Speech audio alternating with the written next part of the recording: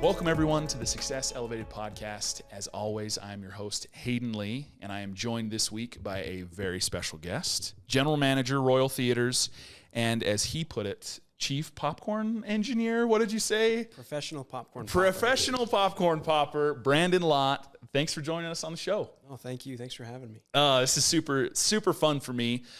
Again, I was talking to Brandon before we started recording, but if for nothing else, I love doing this podcast for very selfish reasons because I get to meet some really cool people and talk with cool people.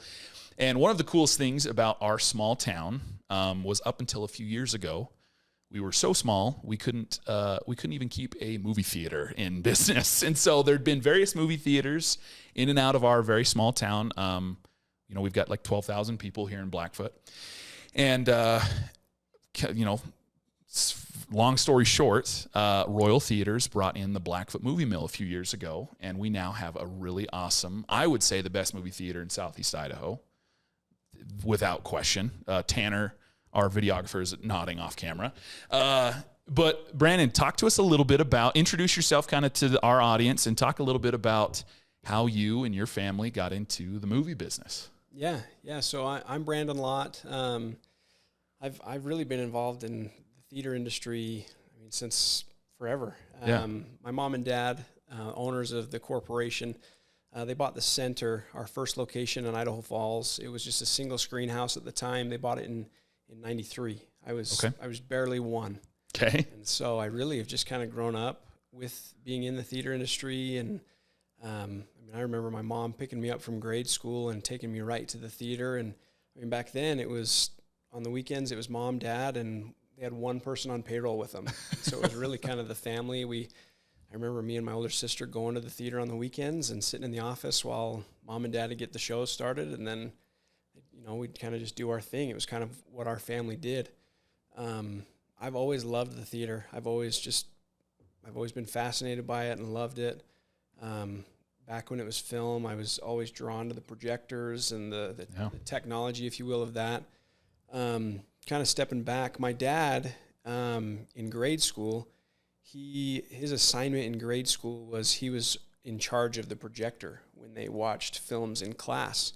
And he just became fascinated with this and really took a lot of pride as this kid being in charge of, threading the projector and making sure it was ready. When he turned 16, he got a projectionist job, which then for a high school kid to have a job as a projectionist in a movie theater was pretty unheard of. But one of his young men's leaders was a projectionist. And Dad went in on his own time and learned how to run the booth and kind of learned the trade, if you will.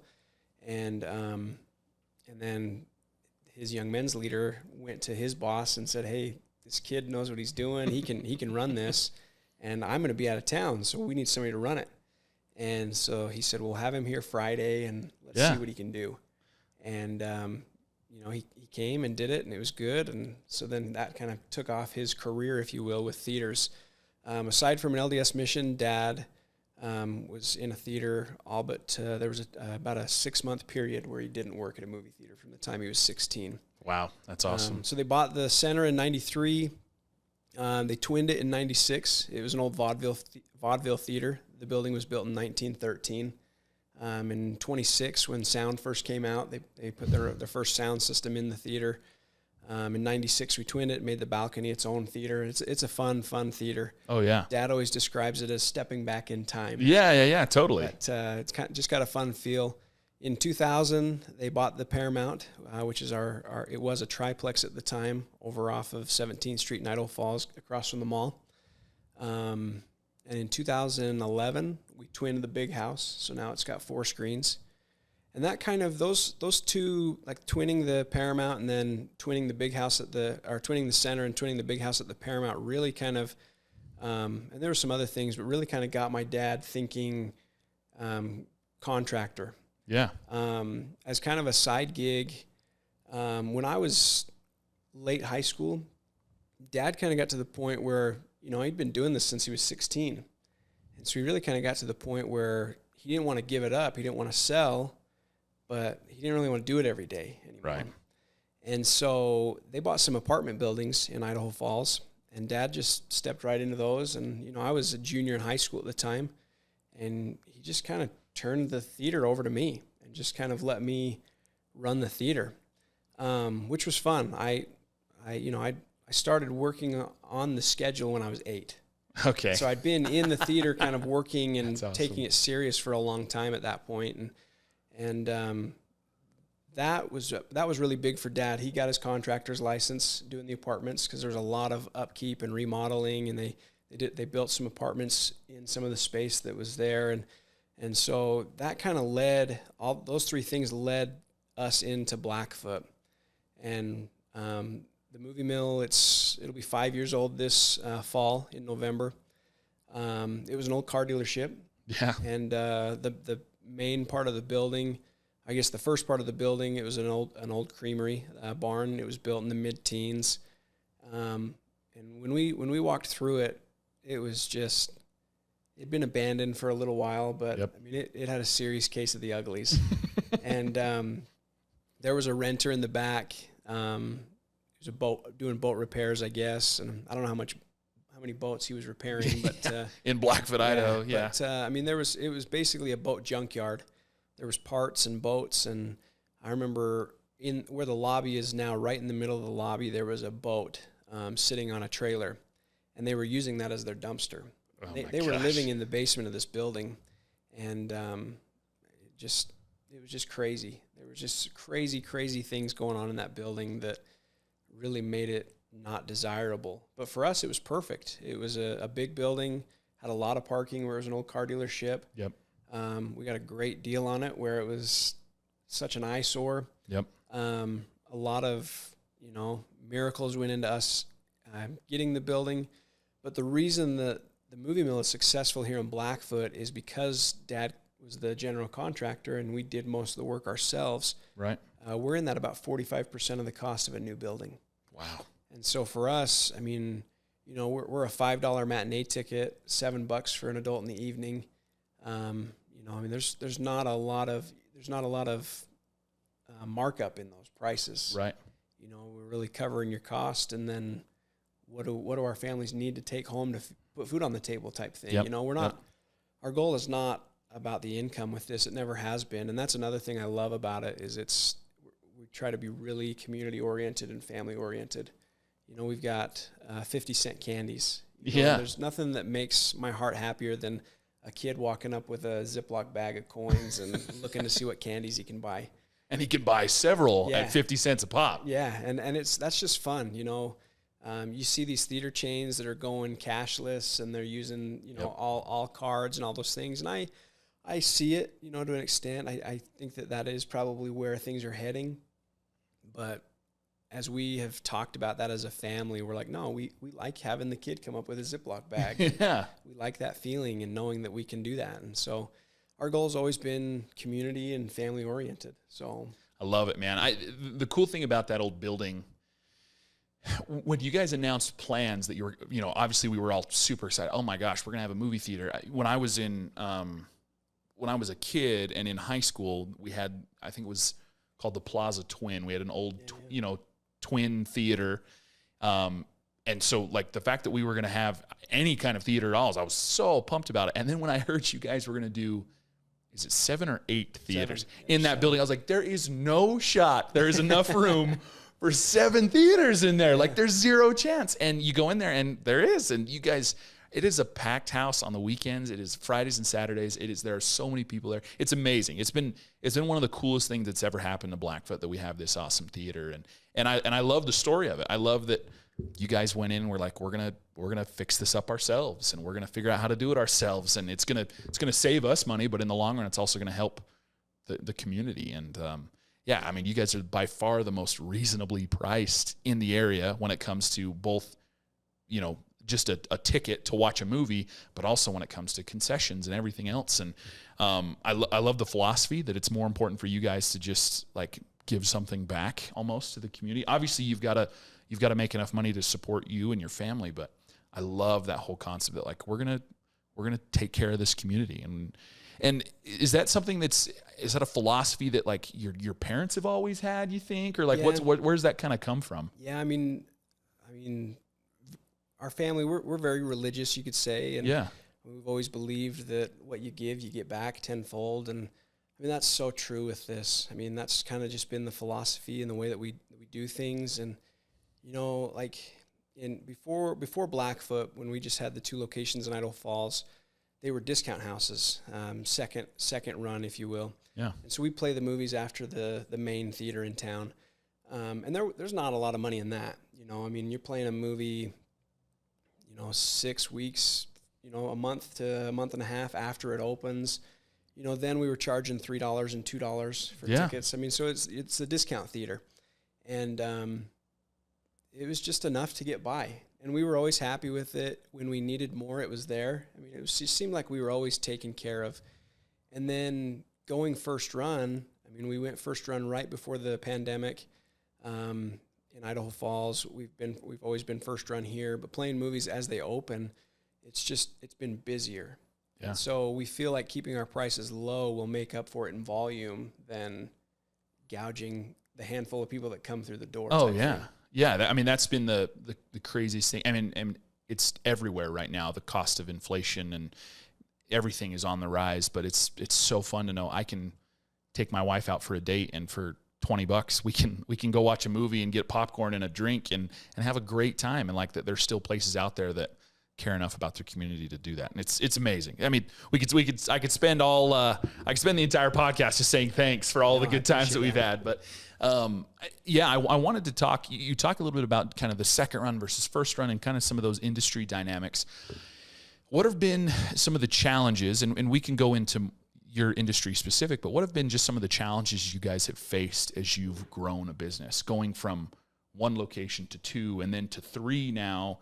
Obviously, I'm sure you've got quite a few employees now. You talked about you just had 1 when they first started. Yeah. So what have been some of the challenges you guys have faced as you've grown over the years? Yeah. So probably 8 years ago, and I've been like the general manager now for about 10 and a half years. Yeah. I got home from my mission about that time. And when I was managing the theater when I was in high school and up until I went on my mission.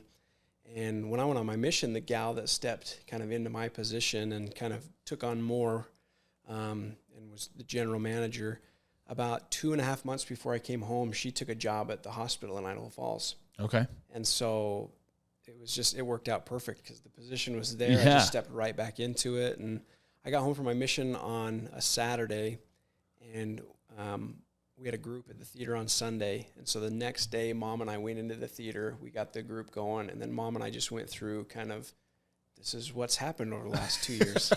And that's amazing. It was just like I stepped right back into it. But about 8 years ago, the center, which is our first location downtown, 2 screens, it was really dying on the vine. Yeah. I mean, it was really open because we loved it. We were passionate. What else was it going to be? What would we do with the building? The building was paid for, you know. I mean, it was just, we just did it because we loved it. There wasn't any money that came home from the center. Right. And we went to a trade show. There's a trade show in Las Vegas every year. It's called CinemaCon. And Dad and I go every year. And so we came home from this trade show. And while we were there, we were talking to a guy. And he goes, "You need to go first run." And we're like, "No, like that's a big boy game." Yeah, you know? yeah. And the guy's like, "Just think about it." And so we're like, "Okay." And so we drove. And so the whole drive home, Dad and I talked about what that would look like, and could we do this, and you know just kind of the odds and ends of what this would look like. And I looked at the release schedule, and we were hitting summertime, and I got excited about a couple films and thought, that'd be fun if we could open that. And I started calling some of the film companies, and I was shut down left and right. And they weren't interested. Too small of a theater. Too small of a theater. There's a beautiful 14-plex across town in Idaho Falls. Yeah. The second largest chain in the world. That was really our competitor. And for whatever reason, these first film companies I reached out to, one of them said, "Absolutely not. Don't bring this up again." I mean, that was basically the answer. Wow. The other ones kind of him-hawed around and were like, maybe we could look at this in the future, but basically no one wanted to be the first one. Yeah. And so turns out there were some things in the industry that were changing that weren't very public. There was a lot of things that were happening. The film companies legally couldn't tell you what you could charge and what you could do. And so talking to this guy at this trade show, we kind of just figured out what the loopholes were, if you will. Yeah. And so Dad called this one film company up and just says, hey, we're thinking about going first run. And he goes, oh, what's caused you to think that? And Dad says, well, we know about the changes in the industry, and we feel like this is what we need to do for our business. And the guy goes, oh, okay. And then he was kind of quiet for a minute, and he goes, well, what film were you hoping to open with? And there was an X-Men coming out, a new X-Men movie coming out like in a month or so. And Dad says, well, we'd like to open X-Men. And he goes, well, I guess we could do that. And he wasn't very excited about it, but it was like we used the right verbiage that he was like, yeah, I really can't say no to you. If you're going to charge what you need to do this, then yeah, I guess we'll do it. So then we called the next film company, and there was a kids movie opening the week before X-Men, Angry Birds. And I have a great relationship with this gal. I still book films with her. I call her up and I said, hey, we're wanting to go first run. This is kind of what we're thinking. And she goes, well, who's supporting you? And I said, we've got 20th Century Fox. And she goes, they're going to give you X-Men? And I said, yeah. And she goes, wow. Well, if they're going to give you X-Men, then yeah, I don't see any problem with us giving The you one domino fell, man, and that's all it took. And every film company was like that. It was like, oh, you're playing that? Well, yeah, absolutely. And I'll never forget that first weekend of Angry Birds. I mean, I just got goosebumps thinking about it. That first weekend playing Angry Birds, we put it on both screens at the center. Sold out. It was like the perfect storm. It was a 3-day weekend. It was rainy. You know, that's when we're busiest, is when the weather's bad. It was rainy. And we report our grosses nightly, but on Monday, I talk to the film companies. We talk about the weekend and what are we going to do with the films and make decisions for the next weekend. So she calls me Monday, and they never call you. You have to call them, and this is what we're thinking. This is what we're going to do. She calls me first thing Monday morning, and she goes, I think your grosses are wrong.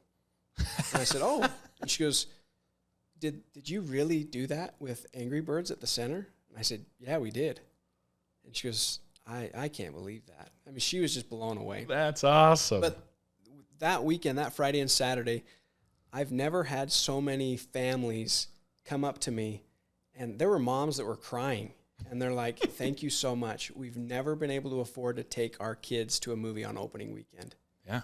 And like, that was the moment that I was like, okay, this is what we're doing. This is what we're about. Like, it's not about making money. It's about these moments right here. Oh, yeah. And it was fun. And there was one film company that didn't want to play, and they just, you know, and it wasn't until we opened Blackfoot that they're like, okay, we'll give you a chance at the center. Yeah. And then the secondary market was just drying up. I mean, the release to video was becoming shorter. Yep. Streaming was becoming big, and all these things. And so we really looked at each other probably 6 months before the pandemic, and we just said, this isn't going to last much longer. The narrative had flipped. The center was bringing in revenue at first run, and the Paramount was just kind of paying for itself. Right. And so about 6 months before the pandemic, we thought, all right, we need to make a change.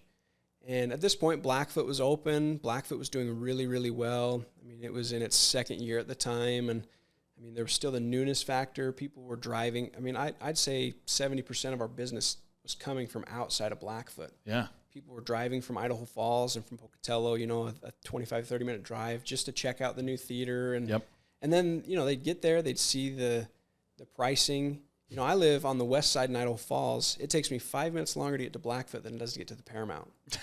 That's it. And I'd rather set the cruise and drive 80 miles an hour than fight 17th Street. And save a few bucks on your pricing. Yeah, it's amazing. And so we were getting a ton of people coming because, you know, these chains are charging what they charge, and so they can come and drive, and I mean, they're saving money even though they're spending more on gas.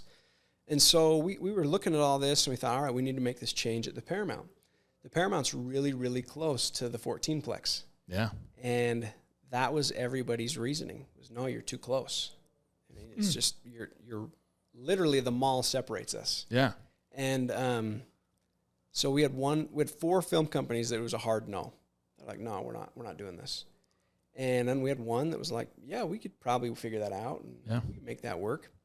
And right as we had committed to do a pretty extensive remodel, we started figuring all this out. We tore apart 2 theaters, and the thought process was we'd get these 2 theaters, redone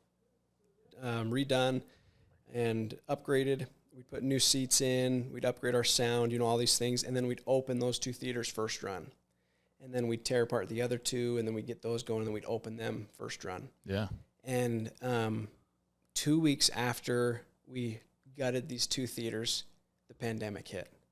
And we were like, holy cow. Oh, no. So the day after we close, I walked over. I live next door to my parents. I walked next door, and mom and dad are sitting in the living room. And I was like, what do we do? And mom's like, well, we've already bought all the material. Like, we've already spent the money. So it sounds like you guys are going to work.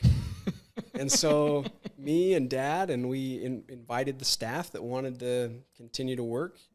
If you want to work, we've got things that you can do. We're not open, but we're going to do this remodel. So we did the whole remodel. We jumped in and remodeled the center as well. And right as we finished the Paramount, the state gave us the thumbs up to open. Oh my gosh! And it was like we finished on a Monday, we opened on Friday. That's amazing. I mean, it was just and it was slow. I mean, it wasn't like there was new movies coming out all of a sudden. Yeah. And so we really kind of went from what we were doing back to boots on the ground, and it was like me, mom, dad, my brother, my sister. My wife was there. We were all working because it was just slow. Yeah. And so the goal was to keep payroll down as low as possible. That first Thanksgiving, that was when the first kids movie came out after the pandemic, and it was just that movie opened on a Wednesday, and Tuesday, school's out. Usually this is like a decent time. Tuesday it was like dead, and I'm looking around like, holy cow! And what are we gonna do? My thought, I was just like, this is never coming back. Yeah. We're never coming out of this. And then Wednesday hits with that movie, and it just was like, boom, sold out shows. And sold out as much as you can be at that time. We had all these limitations and stuff. But that Thanksgiving, it was me, mom, dad, my wife, my sister from Logan drove up and worked. That's awesome. My brother and his wife were there. I mean, it was just all the family was there. Yeah. And I think we had one employee that was there with us, and it was just like the family. And then ever since then, it's just been busy, and our competition, they were closed for so long. They reopened when the state gave us the thumbs up, and it was so slow that they reclosed. Yeah. And they were closed about 9 months. And we just kind of suffered through it and brought in old films. We put together we do a summer kids show series every summer. So we put together our summer kids show series, and then we did a classics night. So we brought in Jurassic Park and Jaws, Ghostbusters, and all this stuff that was fun to see on the big screen.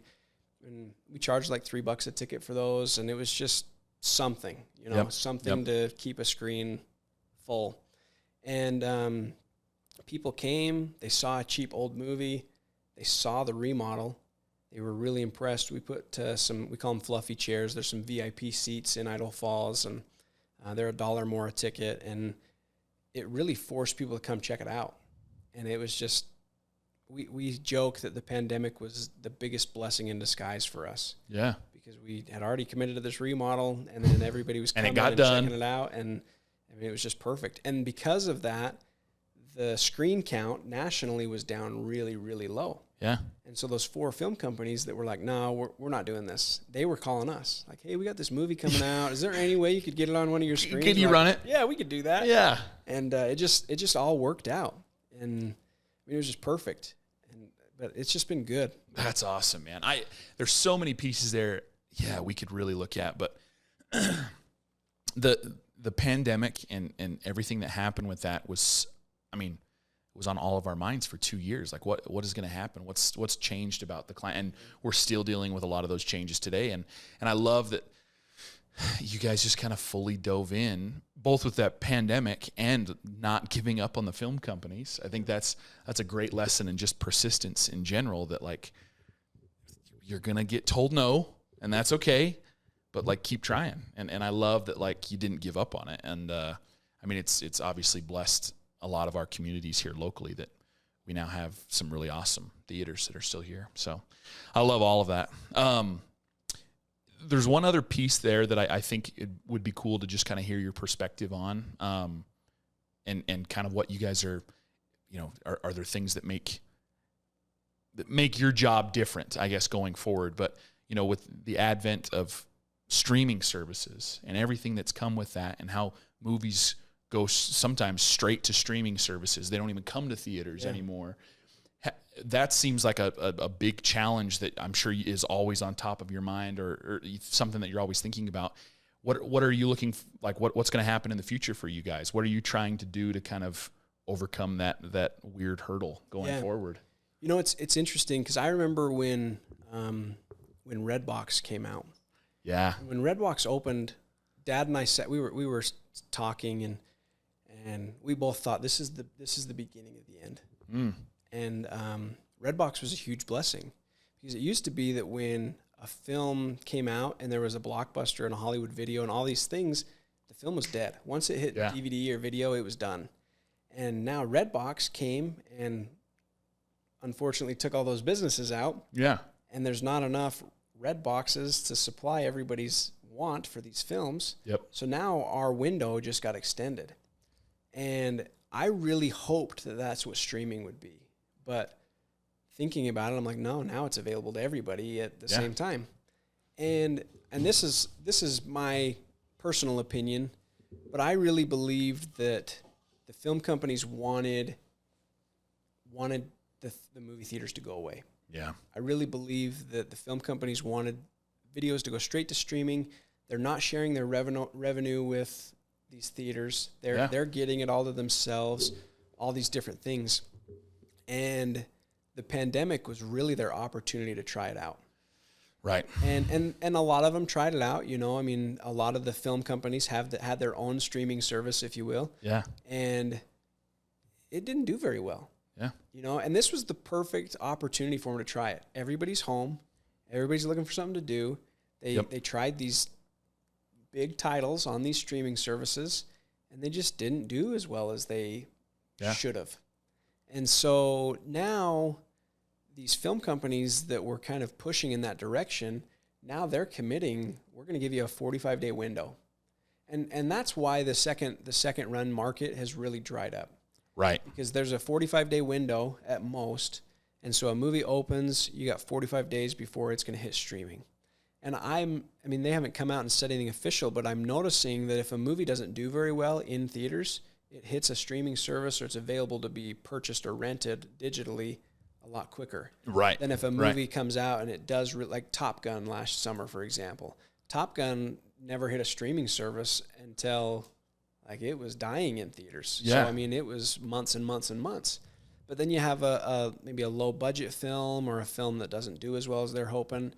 I mean, we had a kids movie a couple weeks ago. I hate to throw one streaming service under the bus, but I call it like the Netflix theory. Like, if a show that you were like, man, I swear I saw that show on theaters, I swear I saw that show in theaters like a month ago. Yeah. But now it's on Netflix all of a sudden. You're like, oh yeah, it must not have done very well, because Netflix scooped it up very quickly within 4 or 5 weeks. Yeah. Yeah, absolutely. I mean, and it's kind of fun for me to look at our numbers and be like, yeah, that didn't do very well everywhere apparently. And now it's available. It's available immediately on a streaming service. And it seems like that's kind of the trend now. Yep. Which is fun, because I think that they've realized, even though we're sharing this revenue, this is a two-way relationship. Yep. We need each other, if you will. And I mean, people want to go to the theater. They want the escape. I call it the staycation. Yeah. You know, during kind of coming out of the pandemic, we had somebody that was in at the theater, and you know what, like Dad and I'll talk to people as they're leaving the show and different things like that. And so this guy was like, we're so happy you're open, and just fight through this. And and we're like, oh yeah, we're going to come out okay, we think. I mean, it's going to work out. And he goes, you know, we watched, and it was a new movie that opened right to streaming. He goes, we watched that as a family. We were excited to see it. And he goes, it was a horrible experience. And I was like, oh, why? And he goes, the kids were on their phones. Yeah. We paused it a couple times to go to the bathroom or to go answer the door, or like a 2-hour movie. It took us like 4 hours to get through. Yeah. He's like, and it just wasn't the same. And he's like, we came here and they watched a classic movie. And he's like, even though we've seen this a million times, we just shut everything off. Yep. The kids aren't on their phones. We got to, you get away from the dishes, the laundry, the whatever it is, and you just go, and it's the escape. It's amazing. So I think that theaters are, this last year at CinemaCon, there's new builds going on nationally. There's, people that didn't take on a lot of debt through the pandemic are moving forward with confidence. Yeah. That's awesome. I love the creative marketing that is out there and the way that you've taken it. At least it sounds like that. Like you and streaming services, you can't exist without each other. Yeah. And that you can kind of coexist and you almost kind of market for each other, yeah, exactly. which ends up working out really nicely. And I love to kind of spin off of that a little bit, some of the creative marketing stuff you guys have done, like the example that I use when I talk to people about this a lot. But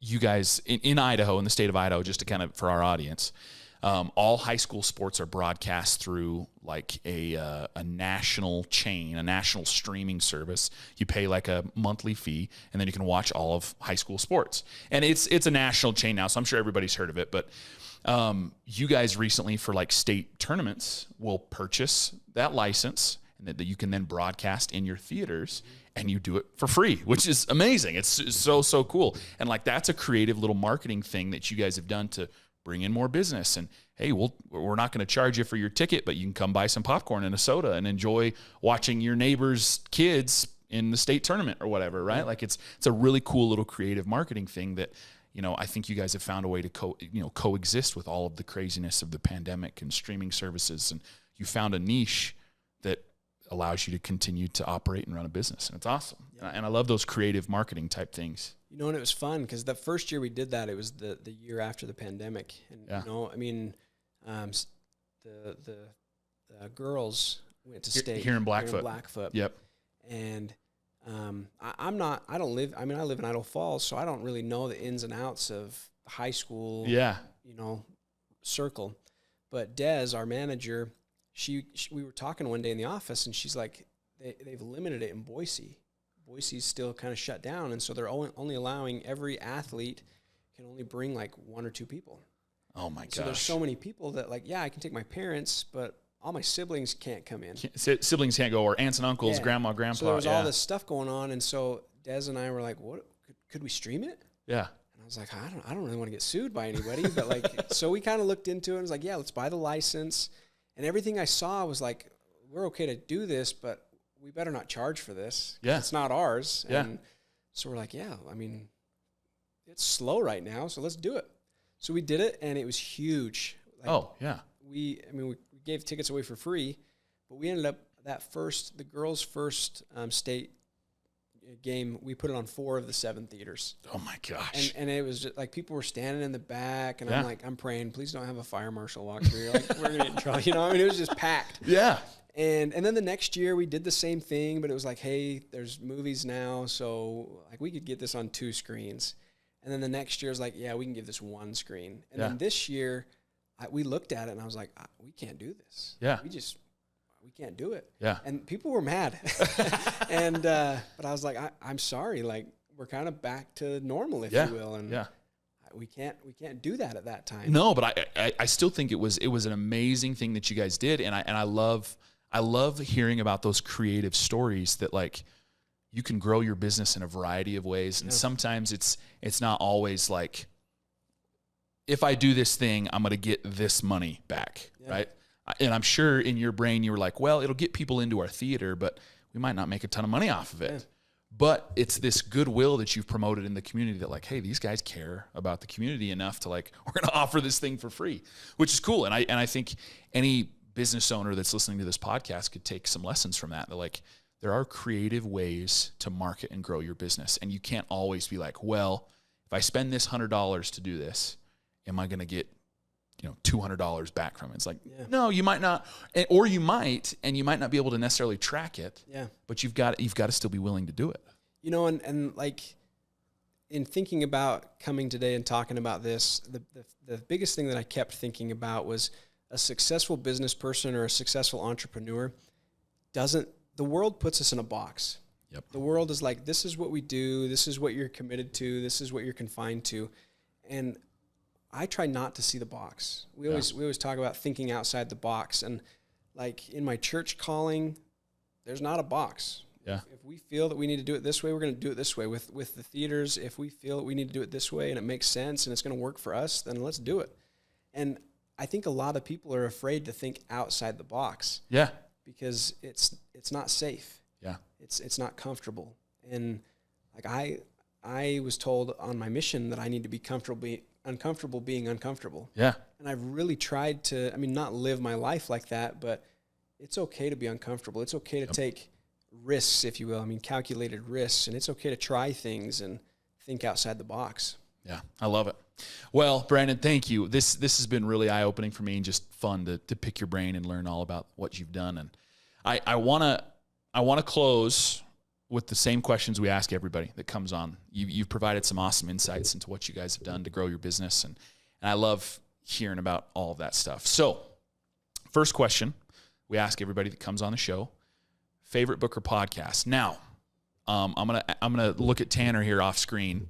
Tanner doesn't have a mic. I wonder if we should change this question. We have a movie guy here. Maybe instead of book or podcast, maybe we ask favorite movie. Should we do that? Should we go that route?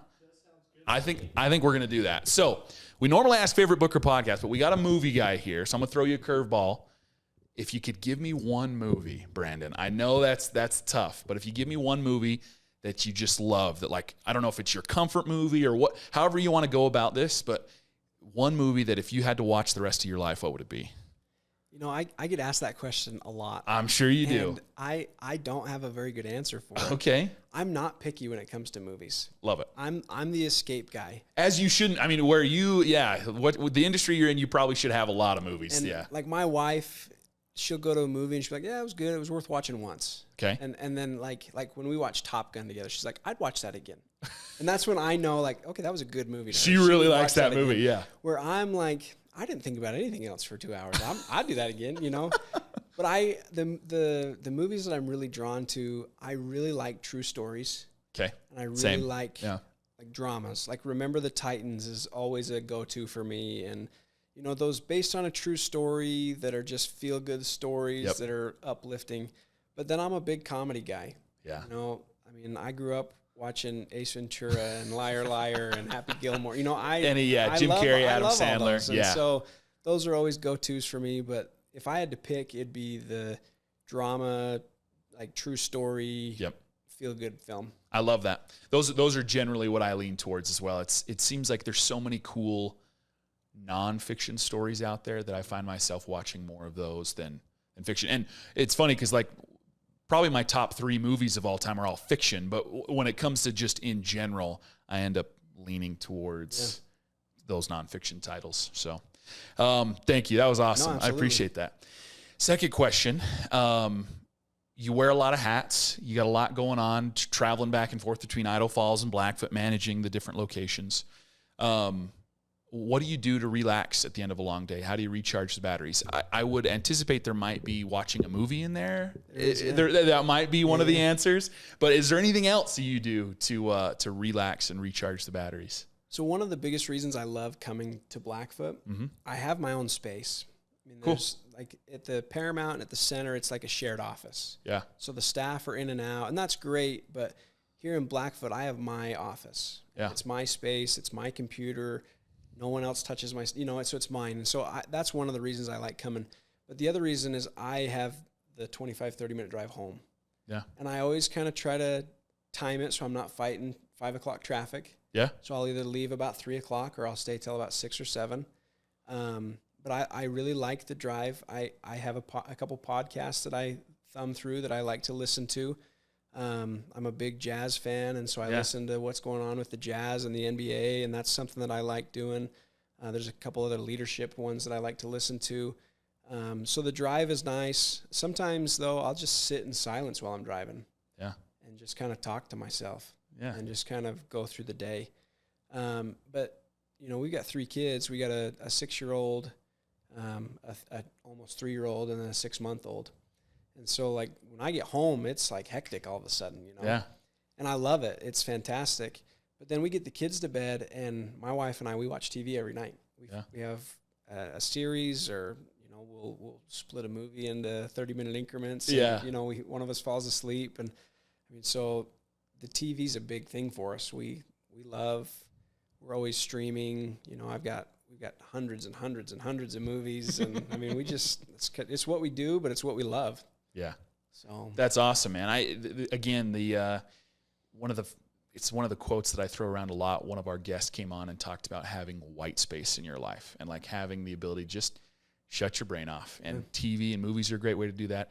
The commute, I find myself doing the same thing. I don't have a 30-minute commute. I have about a 5-minute commute, but it's still like relaxing to be like, I'm just going to shut my brain off for a few minutes and not have to think about work or whatever, and just listen to a podcast or listen to some music or whatever. Yeah, and I found that like as I do those things, and in today's world, for some reason we downplay taking care of ourselves. Yeah. But when I do those things, I'm a better worker, I'm a better father, I'm a better husband. And so those things are important to me. Like if I don't come to Blackfoot and work, as silly as it is, like if I work from home, I'm not as nice of a person. I'm grumpier. And my family notices that. A couple weeks ago, just with the busyness of summer, we just had so much going on that I just worked from home. It was about 2 weeks before I even came down here. And my wife one night, she was, "What's your plan tomorrow?" I was like, "I don't know." And she goes, "You should go to Blackfoot and work." And I was like, "Oh, okay. Yeah, I probably should." I'll take the hint. And so I came down and just had the day to myself in the office. But it's important. It's important to find whatever that white noise is and take care of yourself. And it's better. I love it. Well, last question. I won't bug you too much longer, but if you could rewind to the beginning of your career. So you've obviously been doing this for a little while now, just a little while, since you were pretty young. If you could rewind to the beginning of your career, with Royal Theaters, what would be one thing that you would tell younger Brandon? It'd probably be that it's all going to work out. I've always, I say that a lot, and like Des, she always rolls her eyes at me when I say that, but like it is, it's going to work out. I mean, if you're doing what you feel is right and you're doing it for the right reasons, it's either going to work out the way you want it to, or it's going to work out the way it needs to. Yeah. And that's probably the biggest thing. I just don't stress over stuff. It's going to work out the way it's supposed to, whether that's how you want it to or not. And the other thing would be just to have that realization that I had on that opening weekend when those moms were coming and talking about how grateful they were, to have that realization earlier. Yeah. Because that would have probably determined or affected a lot of the decisions I made then, before that. It's awesome. Brandon, we just need to end it there. That's a great way to close this podcast out. Thank you so much for coming on the show. This has been eye-opening for me, and for our audience as well, learning about some of the challenges you've had to face and how you've persisted through and continue to grow your really awesome business. So thanks again for coming on. Oh, thanks for having me. This was fun. Yeah, this has been great, and maybe we'll have you on again in the future. Perfect. So, absolutely. Thanks, Brandon. Thank you. This has been Success Elevated, making you a little bit better one show at a time. Thanks for joining us. Please subscribe on YouTube or any other major podcast platform to listen to more episodes. We are proudly brought to you by Spot On Solutions. If you'd like to learn more about how we can help you grow your business, please check us out at spotonsolutions.com.